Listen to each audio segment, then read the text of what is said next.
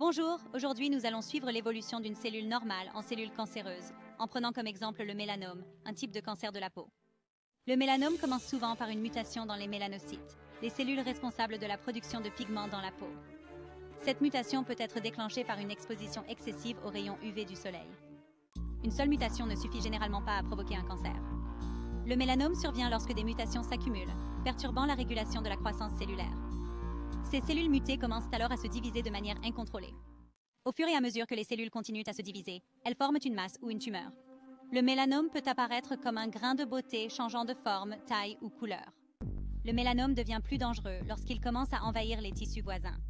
Il pénètre dans le derme, où il accède aux vaisseaux sanguins et lymphatiques, ce qui facilite sa propagation. Les cellules cancéreuses peuvent alors se déplacer à travers le système lymphatique ou sanguin vers d'autres parties du corps. C'est ce qu'on appelle la métastase. Les mélanomes peuvent métastaser dans des organes vitaux comme les poumons ou le cerveau. Le stade du cancer est déterminé par la taille de la tumeur, son degré d'invasion des tissus voisins et la présence de métastases. Un diagnostic précoce est essentiel pour améliorer les chances de survie. Le traitement peut varier en fonction du stade et comprend souvent une intervention chirurgicale pour enlever la tumeur, une radiothérapie, une chimiothérapie et des thérapies ciblées.